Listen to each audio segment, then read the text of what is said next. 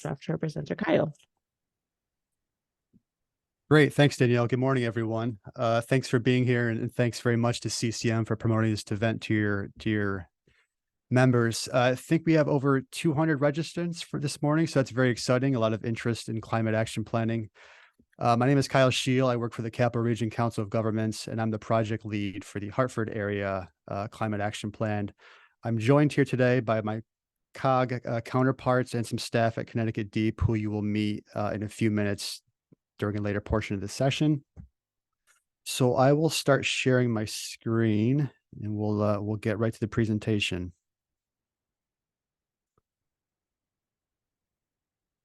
And Mike, can you see my screen? Give me a thumbs up. Yep. Looking great. Okay. Okay, so we're here to talk about climate action plan in Connecticut. So I'm joined here by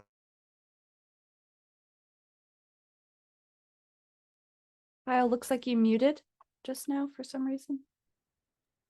Oh, here we go. Thank you. I'm joined by my COG counterparts and staff at the Connecticut Deep. We've been collaborating closely over the past several months to kind of avoid duplicating our efforts and just to kind of best align our various climate planning efforts going forward.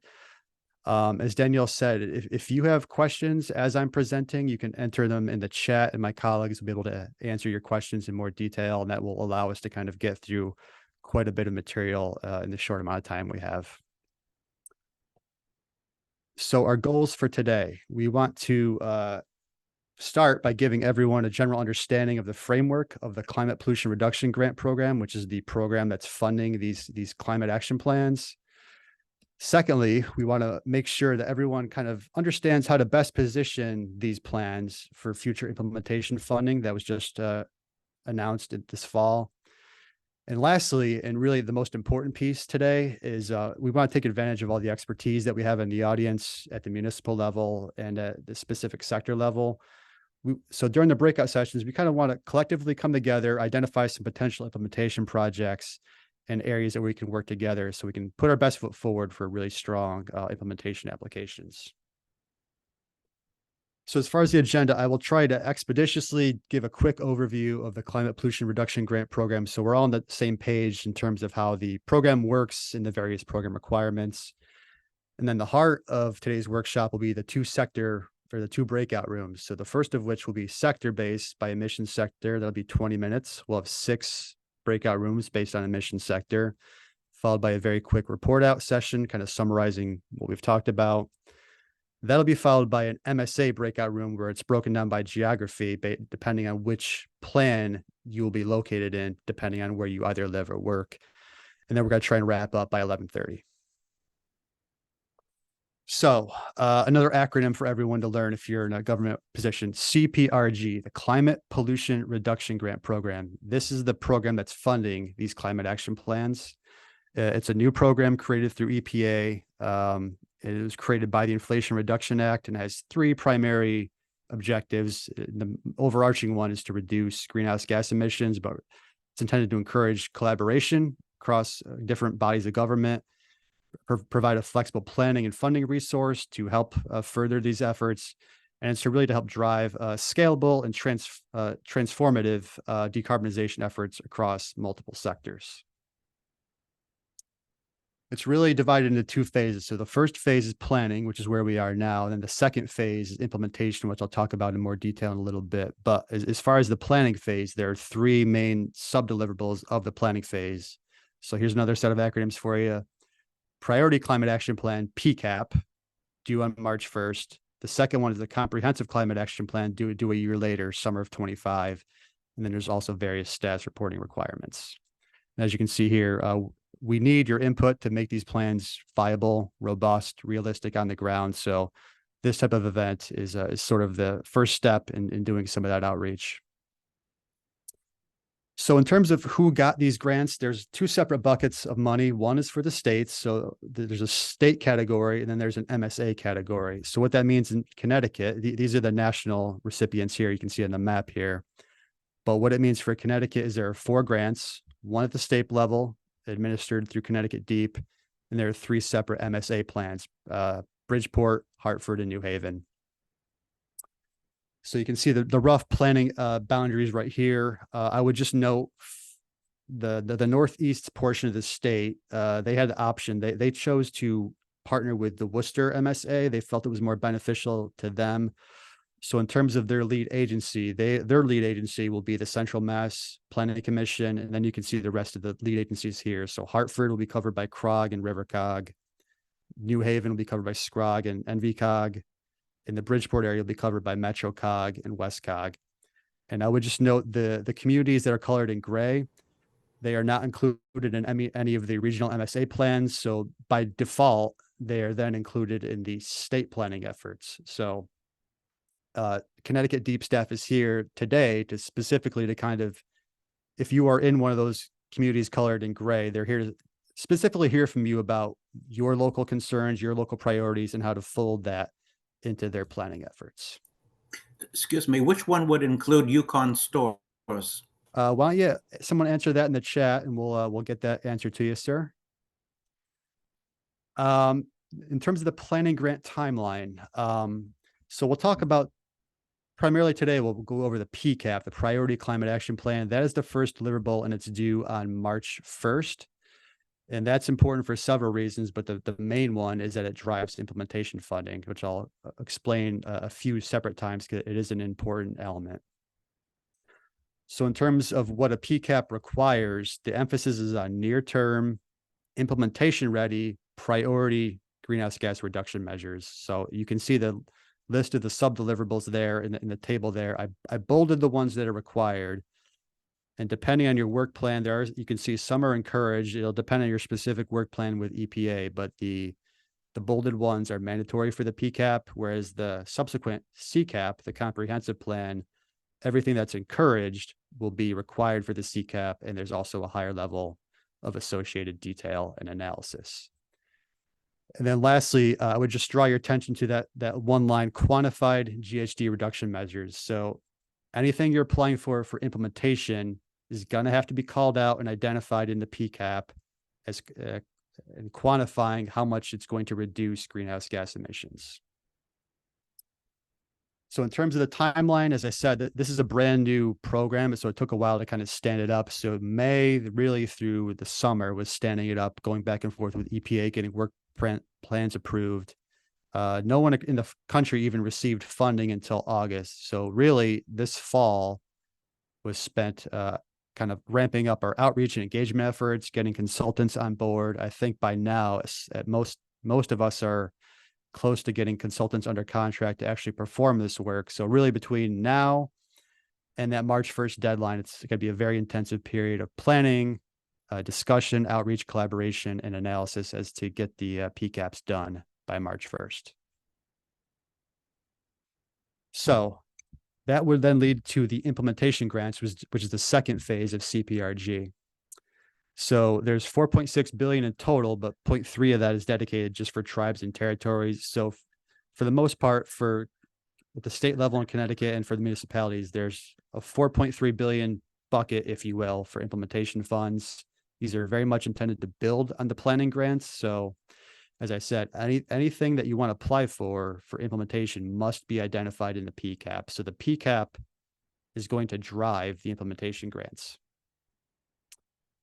In terms of the objectives for the implementation grants, they want to see ambitious measures. They're going to reduce emissions by 2030 and beyond. They want to see demonstrable, substantial benefits, low income and disadvantaged communities that have been historically overburdened.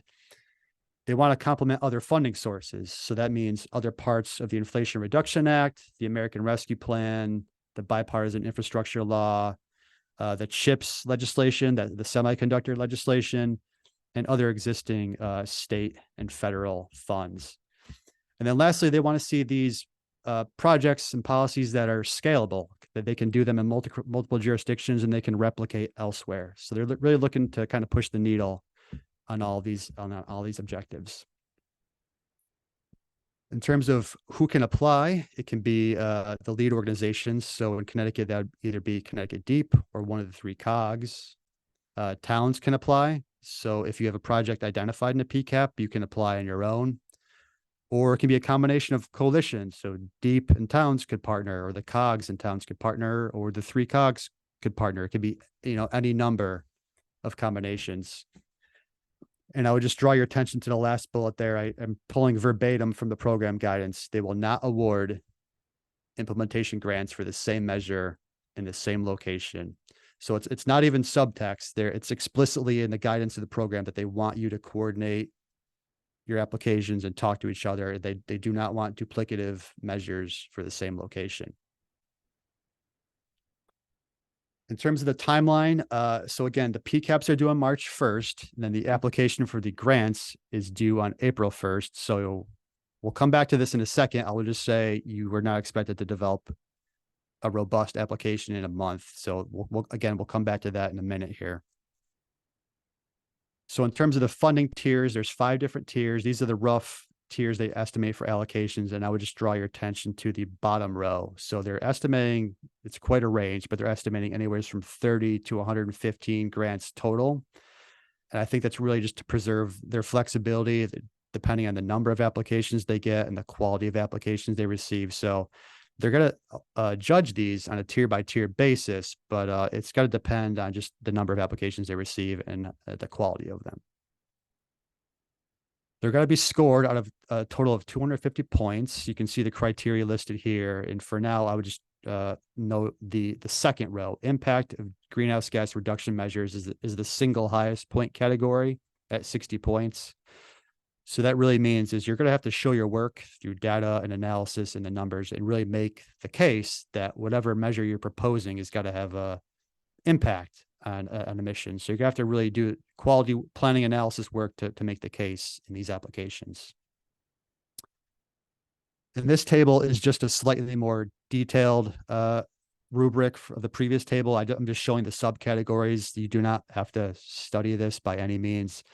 This is just to kind of illustrate that it's a quite a detailed application. It's a heavy lift, so it's not something you can throw together in a month, nor are they expecting you to throw it together in a month. So it's just to illustrate that it's going to be a lot of work to put a quality, strong application together. So in terms of like some example projects, I'm sure all of you have things that you're thinking about. But just to list some potential examples, this is very much non-exhaustive. But for example, by sector, you could look at transportation. You could expand EV charging infrastructure. You could convert your municipal fleets to EVs. You could even look at improving public transit in any number of ways. For electric power, you could fund renewable projects. You could even do a policy level project where you're creating a cap and trade program. You could streamline permitting for renewables just to make it the process easier. For the building sector, you could create incentives to retrofit commercial and residential buildings to increase energy efficiency measures. You could electrify municipal-owned buildings. You could even implement new energy standards that are slightly more stringent if you wanted to do that.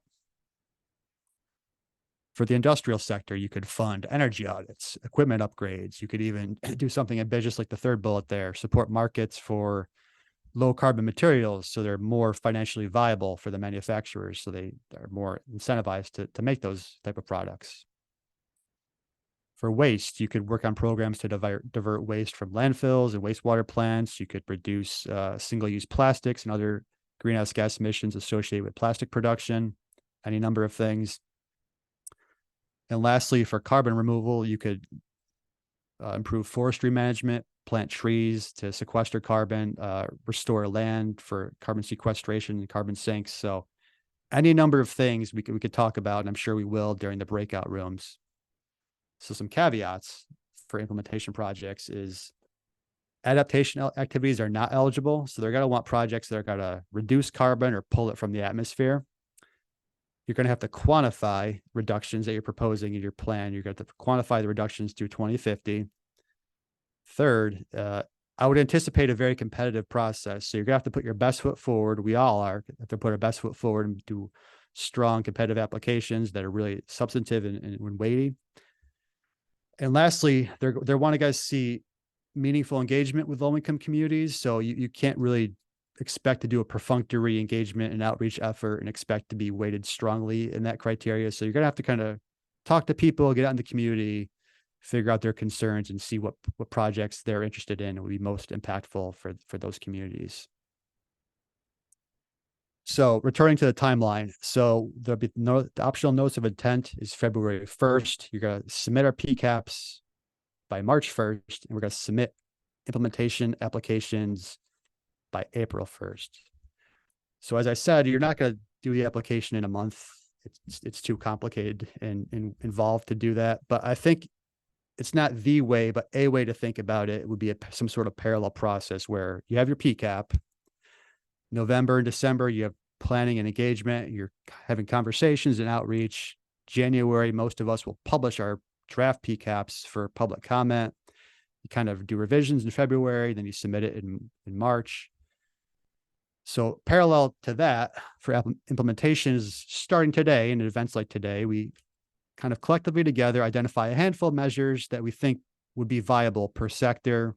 In December, after we do some analysis and crunch some numbers, we narrow down that list and refine it a bit. And in January, when we're publishing our draft PCAPs, we should have a handful of ideas. Not, it shouldn't be a giant list, just be the handful of priority measures that we think are viable implementation opportunities. Then as you're finalizing your PCAP, you sort of do a parallel track where you're developing the application. So you know what you want to do. You're not going to do a mad scramble of the month of March. You're going to spend January, February, March developing your applications and have a very strong application to submit ideally well before April 1st. So that's one process that we would encourage everyone to think about as a way to handle this process.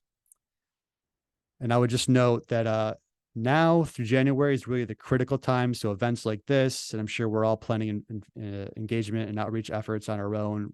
We need to kind of coordinate, talk to each other, make sure we're not duplicating efforts, and make sure that Connecticut as a whole and at the town level is putting our best foot forward for these implementation opportunities. So with that leads us to the next portion of the meeting, which are the breakout rooms. And Mike, you can jump in a second, but these breakout rooms are based on the greenhouse gas emission sectors as defined by EPA. These are the main emission sectors in Connecticut based on the recent greenhouse gas inventory. So we're going to have 6 different breakout rooms, and we're going to have 2 COG staff per room there to mostly facilitate and take notes. But honestly, the less we talk, the better. So we want to hear from you. We want to hear your thoughts. And there's a lot of people here. So Mike, I'll turn it over to you as to how we're going to do that and the tools we're going to use. Do you need me to stop sharing? Just let me know. Yeah, stop.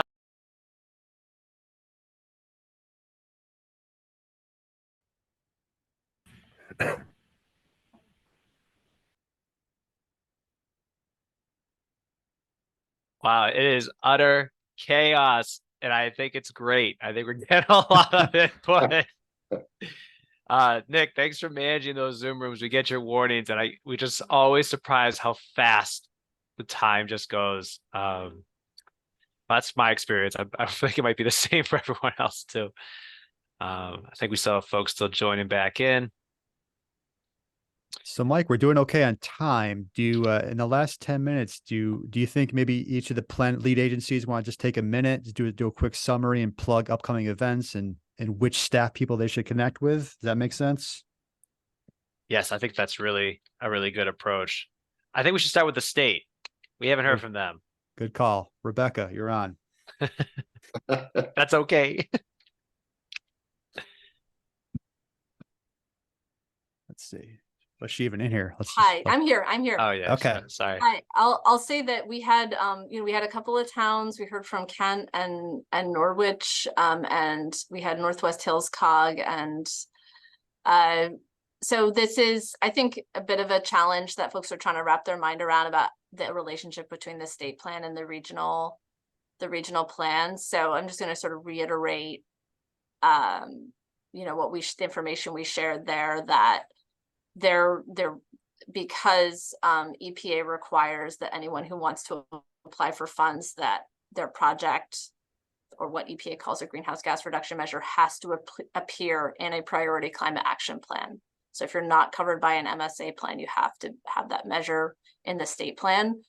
So we've been trying to communicate out, particularly through Northwest Hills COG and Southeast Connecticut COG, that we need to hear those those commitments to whether you're planning to apply for funding within the next few weeks in order to include it in our plan. It's a very tight timeline. And we're also encouraging entities. We had a lot of entities who work on policy and planning statewide. And so again, we're going to have engagement opportunities for the statewide plan, not measures for a locality in the coming weeks as well. So stay tuned for that. But I'm just encouraging anyone here who's working on policy and planning ideas that they might be thinking of a statewide, also maybe think about whether those could be implemented at the COG or local level, or at a multi-COG or multi-municipality level, because you can also submit coalition applications that way. So, and the strategy behind that is that EPA we can only submit one state application, but we have 169 towns, so you could ostensibly put in 169 applications plus an application for each of the COGs, if we're trying to, get more ideas out there and trying to be more competitive. And the EPA is going to give it a lot more smaller grants than they are big grants. So think about that as well as a strategy. Great. Thanks, Rebecca. Is Ben still here? We haven't heard from New Haven. Ben, you want to chime in? What should we know? Upcoming events? Who can they contact if they have questions about the New Haven plan? Yeah, absolutely. So hi, everyone. I'm Ben Lovejoy, Director of Regional Planning and Municipal Services at SCROG, and I am the project manager for the New Haven Milford MSA, which is very conveniently also New Haven County. So if you fall into that area, we'd love to connect with you. As far as events goes, we are looking at doing a stakeholder engagement event, ideally in the very beginning of December. I think what this meeting sort of helped get going in our heads is that some of the direction that we were already heading in as far as greenhouse gas reduction measures that will position our region to apply is in the worlds of waste diversion efforts and energy efficiency, as well as improving access improving sort of access to potential shared solar, either in implementing these projects or setting up things. We've also heard from people in New Haven about efforts to upgrade energy efficiency components in buildings. I heard a great total home solution, which I think is a really interesting thing. So we're going to take that information. I will also make mention that SCROG will be hosting a meeting on November 30th regarding grants and implementation. We have our grants consultants who will be on hand to ideally try to coalesce some ideas. My big concern / fear / hope is getting as many applications in as possible, but these are really tough to do. So we will have a draft plan of our PCAP available for distribution on ideally sometime shortly after December 15th. And we will be looking for comments on there so that if we missed recommendations, we can get them in before that March 1st deadline. So we have a website up and available that I will share the link for. But if anyone has any interest in the grants workshop, setting up a one-on-one consultation, or filling in a CEO, we have a feedback form. I will be more than happy to share those. You can email myself, Stephanie, or Christine. Thank you. Thanks, Ben. Let's see. We heard from Deep. We heard from SCROG. I've talked way too much this meeting, but I'll just say, if you have questions about the Hartford area plan, it's either CROG or River COG. So contact Megan Juflis or myself if you're in the Hartford MSA. Why don't we turn it over quickly to Naugatuck Valley for their region? They're included in the New Haven plan, but maybe Christine has a few items she wants to cover. They're in all the plans. They're in all the plans. That's right. That's right. Is she still here?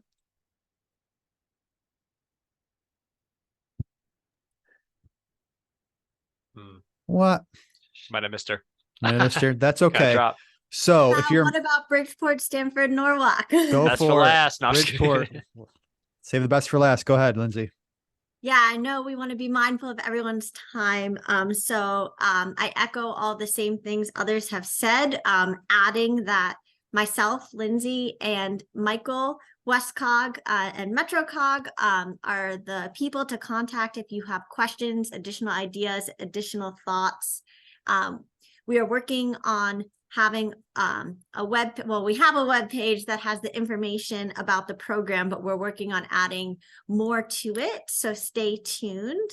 And lastly, I just want to say, wow, I can't believe how many people showed up today. Thank you for your time. Thank you for being excited about CPRG, and thank you for your feedback. I look forward to continuing to talk about all of these amazing ideas that were shared with us. Great. Thank you, Lindsay. So we'll give you 2 minutes of your time back. You know who to reach out to. So reach out to your COGs or reach out to the deep staff. Let's have conversations. We have a lot of work to do, a lot of conversations to have over the next couple of months. It's a great opportunity so we can really position Connecticut for some really exciting and transformative implementation projects. So thanks, everyone. Have a great day, and we'll talk soon. Take care. Shout out Kyle. Good job, man. Appreciate Thanks. it. Thanks to everyone who organized this. It's awesome. Sure thing. If any COG folks want to stay on and just discuss check out the tournament. post meeting, feel free to stay. And state folks. That was I'll hang very around. wild. I'll Thank hang you, around for a everyone. minute. Thank you. Thanks, all. Maybe stop recording. Yes. Nick, can you close the recording? Yes.